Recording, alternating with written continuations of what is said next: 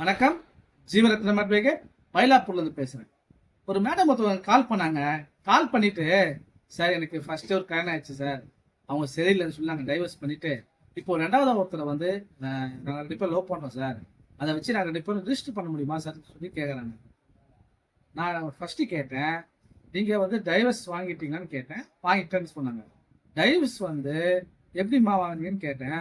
Sir நாங்கள் 2 பேரும் வந்து ஸ்டாம்ப் பேப்பரில் எழுதி சைன் போட்டு வாங்கிட்டோம் அப்படின்னு சொன்னாங்க. அப்படி நான் என்ன சொன்னேன், அடுத்தது இது மாதிரி ஸ்டாம்ப் பேப்பரில் வந்து வாங்கினா அது சட்டப்படி செல்லாதுமா, அது உங்களுக்கு தெரியுமான்னு கேட்டேன். இல்லை சார் இப்போ விசாரிக்கும் போது சொல்கிறாங்க சார், அதான் சார் டவுட்டாக கால் பண்ணேன்னு சொன்னாங்க.